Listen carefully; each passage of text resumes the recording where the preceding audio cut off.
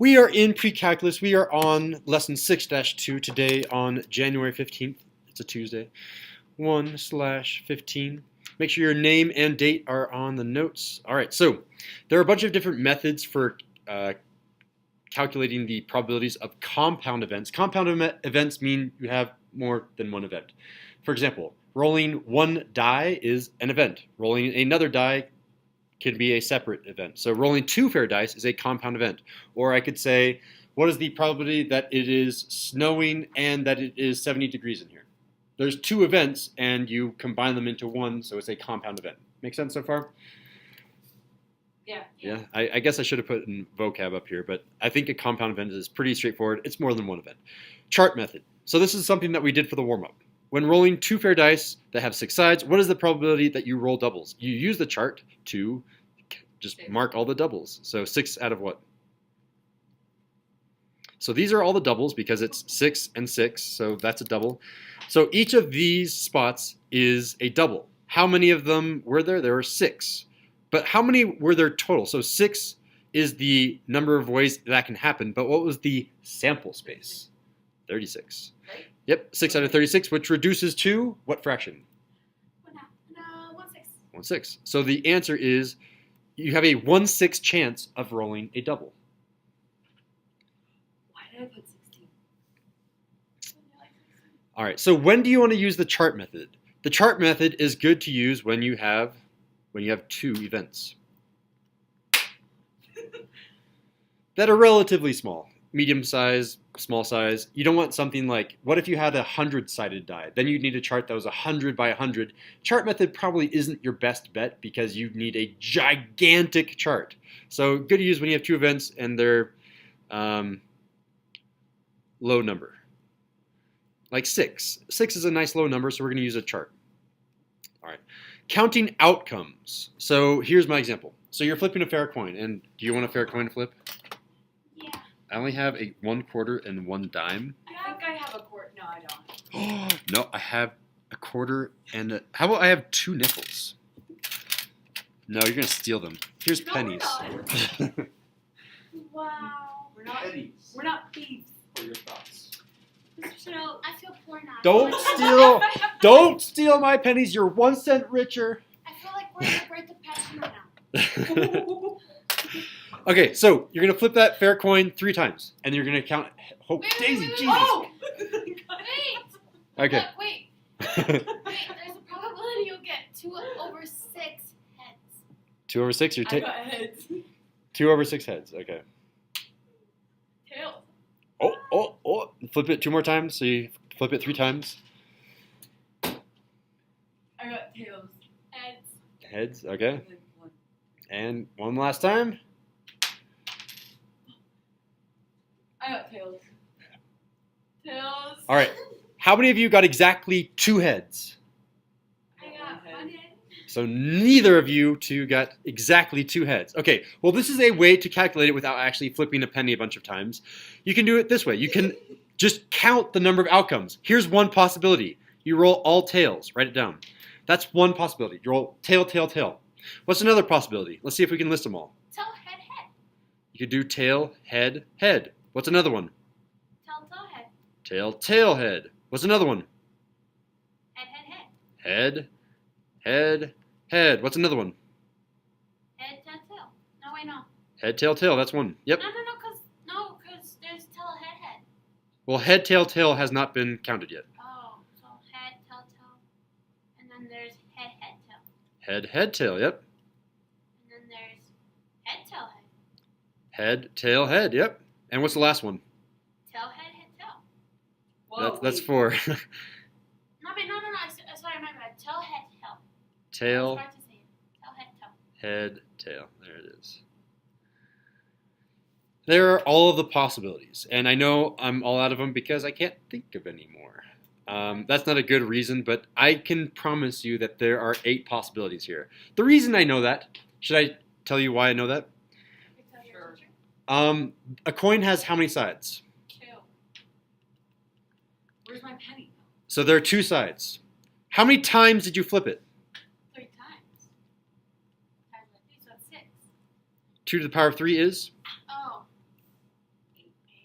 Yep. Okay. So that's how I knew that there were 8. Why to the power? Because you're multiplying. Well, we'll talk about that. We'll talk about that on the back. You're already talking about things that I need to talk about on the back. But the reason is you multiply. Every single time you have an event, you're asking this and this and this, and means multiply. So 2 times 2 times 2. I could have just written it multiplying, but a fancier way of writing it is to the power of 3. So it's basically saying how many things are in that one object, and then you raise it to the power of how many times that's happening. Yep, that's a shortcut of doing it. Or you could just do, you have a 1 in 6 chance times 1 in 6 chance times 1 in 6 chance. It's just multiplying a bunch of times. Repeated multiplication is the same thing as taking to a power, though. Cool. So let's circle all of these that have exactly 2 heads. Here we go. There's 2 heads. Boom. Where's another one? Boom. Right there. 2 heads. Boom. There's 2 heads. So what is our chance of rolling 2 heads? 3 times. 3 out of the sample space of 8. 8. You have a 3 out of 8 chance, which is about 3 divided by 8 is about, which is about point. Well, it is exactly equal to, I guess, exactly equal to 0.375. So not your best chance. If I said I'll give you $1 for every time you get exactly 2 heads, but you give me $1 for every time you don't get 2 heads, don't take that bet. You're gonna be losing money. No, let's take the bet. Come on. Let's do it. I have $1. You have $1? Look. Betting is illegal in California. So You don't know. they won't know. It's being recorded. We're putting this up online. What are you thinking? All right. When should we use this? When should we use this counting method? We should use the counting method when you are doing 3 or more events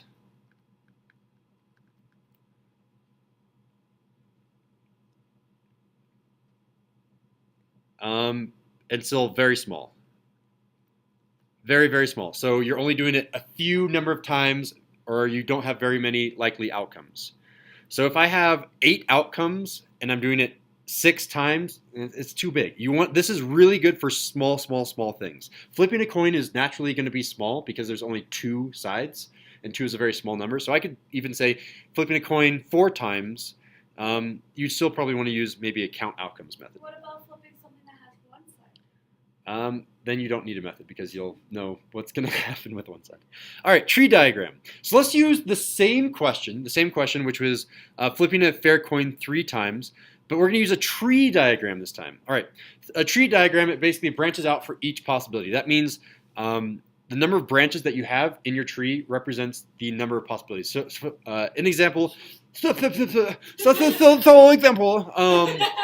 if we have a die being rolled instead of a coin, then instead of having 2 branches right here, we'll have 6 branches, which is not fun. So don't use a tree diagram for anything big. It's good to use when 2 outcomes,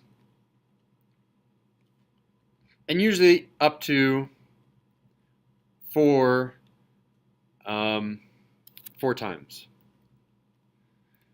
You repeat that 4 times. You don't want to do it more than that.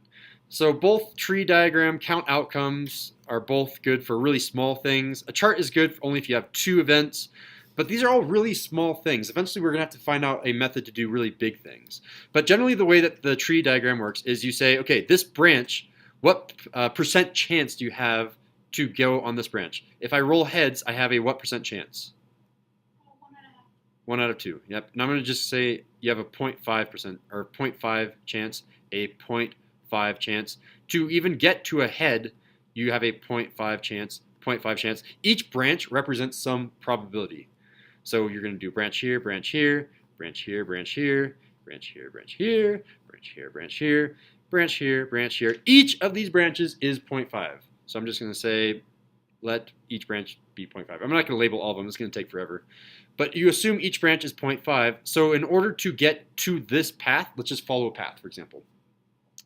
So I'm going to go heads, heads, heads. The very top path, top path, top path. Are we okay with that? By the time you get to this box right here, the only way you can get to this box is by following the path heads, heads, heads, which means this top path is heads, heads, heads.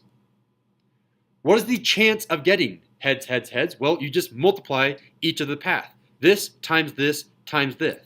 This. Can't pronounce. This. My lisp, it's coming back today. So 0.5 times 0.5 times 0.5, or 0.5 to the power of 3, is 0.125. So you have a 0.125 chance of going on this path. This is actually also really good when you have alternating possibilities. So maybe you didn't have a fair coin and it was 0.4 or 0.6 or something like that. This is also really good when you have different percent chance for each path. Because each of these branches are the same exact probability, each of these outcomes all have a 0.125 chance, 0.125 chance, on and on and on. This represents heads, heads, tails, because it goes heads, heads, tails. And then we just count up all of the ones that have 2 heads. Which one have 2 heads? This one has 2 heads. This one has 2 heads. Which other have 2 heads? This one has 2 heads.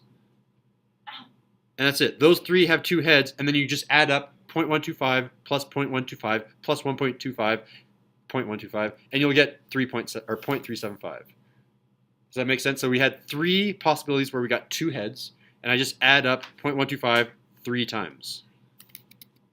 Are we good so far? All right. And then we're on to the back. Now we're doing cards. Flip over to the back of your laminated half sheet that I handed out. Flip it over. You have cards also, because we're going to be doing a lot of card activities for our homework. I'm going to use cards to talk about and versus or. And versus or in probability and combinatorics have very, very different mathematics behind them. So, are we all comfortable with a deck of 52 cards, no jokers? We all know that there's 4 suits. We know that there's 13 possibilities. You have ace through 10, which is 10, plus 3 more, jack, queen, king. So you have 13 in each suit. If you don't believe me, 1, 2, 3, 4, 5, 6, 7, 8, 9, 10, 11, 12, 13 in each suit. There are 4 suits. Therefore, 4 times 13 is 52. We're okay with this. Okay, so what is the probability that you get a 10? Get 10, like a card number 10? Card number 10, yep. 4 out of 52. 4 out of 52, which reduces to? 1 over 13. 1 over 13, because 52 divided by 4 is 13. What is the probability that you get a heart? 13 out of 52. 13 out of 52. There are 13 hearts out of 52. Which reduces to 1 over 4. Which is 1 over 4. Perfect. Okay, and here are the 2 really big questions of today. First big question. What is the probability that you get both a 10 and a heart? So, like, for like the 10 is going to be anything other than a heart? Or it has to be a heart? It has to be a heart, and it has to be a 10. 1 out of 52. Daisy, what do you think? 1 out of 52? Yeah. Yeah, because there's only 1 10 of hearts. I mean, logically, that makes sense for those of us that have played cards. There's only 1 10 of hearts. What did we really just do right here? When I said and, I was really multiplying 1/13 times 1/4. So we're going to go behind the scenes here. We're going to say that was really equal to 1/13 times 1/4. Because, and here is our key, we'll write it right here, and means multiply. Sound like one of those like speakers like, an apple will now be the next generation. Yeah, super dramatic. I know. Teachers can be like that. So, what we were really doing was we were doing multiplication. So whenever you see and, think multiply. All right, here is the hardest question of today. Dun, dun, dun. 10 or a heart.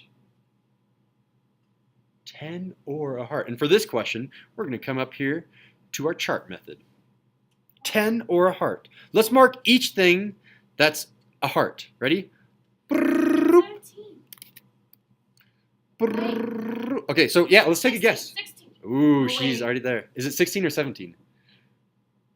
Feels like, Wait a minute. it's, feels like it's 14 already. Yes. Okay. Yeah. Okay. I was. We both agree it is what? Sucks time. 16 out of 52? 16 out of 52? Yeah. But there's a problem here. How did you get 16? Because I add 13 plus 4. Isn't that 17? But wait. But wait. There is more. There's more. Because you counted 13, that included the 10, one of the 10. So you have 3 left. So you add 13 plus 3 to get 16. Yeah, so don't, in probability we call this double counting. Don't double count. Be careful of double counting. Yell at me. Okay, I won't yell at you. I'll yell at Rochelle. Rochelle, don't double count! Yell at me, no, yell at you. Okay, I'm not going to yell. I don't like being yelled at either.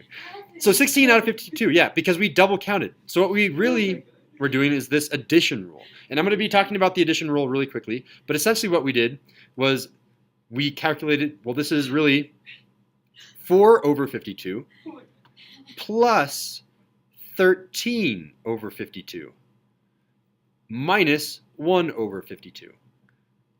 So we did 4 plus 13, which is 17, minus that 1 that we double counted. We double counted that 10 of hearts, and that will be 16 over 52, which reduces to 8 over 26, which reduces to 4 over 13. So 4 over 13 is our final answer. Final answer, lock it in, 4 over 13. All right, so we need to generalize a rule. Oh, by the way, we have to write this star, we'll write on the side margins, or means what? Multiply? No.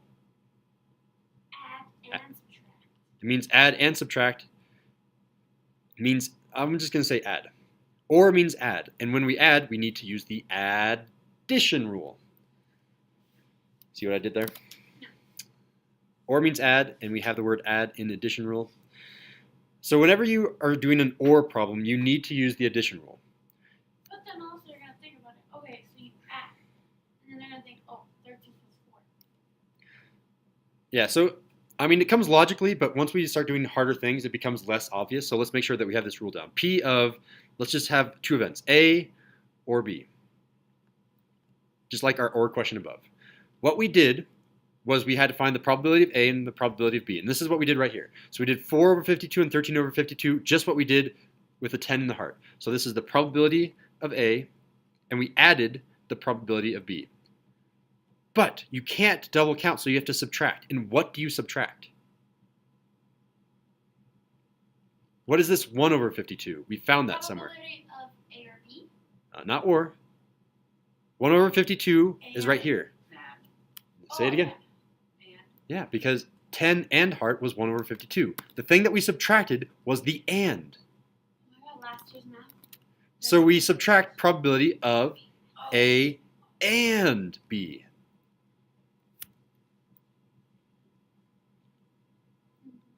Can we also write the symbolic notation for and or? And is a rainbow. What? Or is a smiley face. Oh, I hate this. You have to remember this, because I'm going to start abbreviating my work. Write it in your notes. Write it now. Write it now. No. We're going to use it for the rest of the year. P of I'm not going to 10. be here next year. These technically have formal, well, for the rest of the month, I should say. This technically doesn't mean and, it means intersect. And this doesn't quite mean or, it means union. I hate this one. But they go with or and and. Why? Just the way that we have decided to do things in math, we're going to keep it the same. And there's another way to show this addition rule using a Venn diagram. This is another method that you can use. Venn diagrams are really good when you have 2 or 3 events. So here's our Venn diagram. We're going to say this is the probability of, this is event A, this is event B. This intersection of A and B is A and B. A intersect B.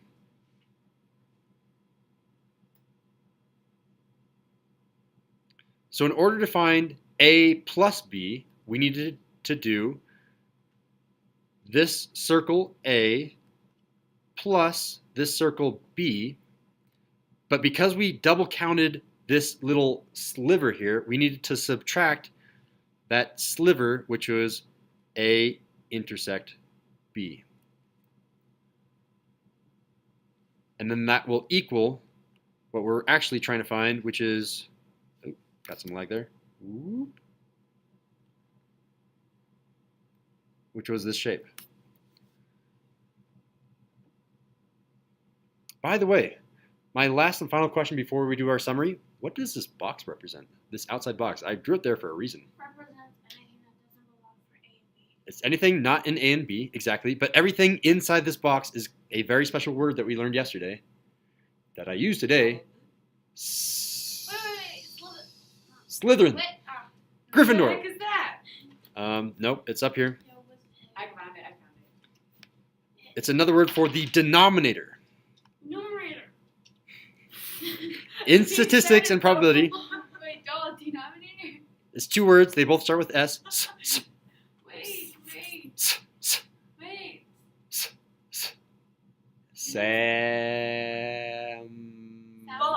Samples. Sample Space. Yeah, you guys got it. Sample space. Oh, sample. Sample space. You didn't put it on today's lesson, so. No. I put on yesterday's Joke's on lesson. you. This is a review Joke's of on yesterday's you. lesson.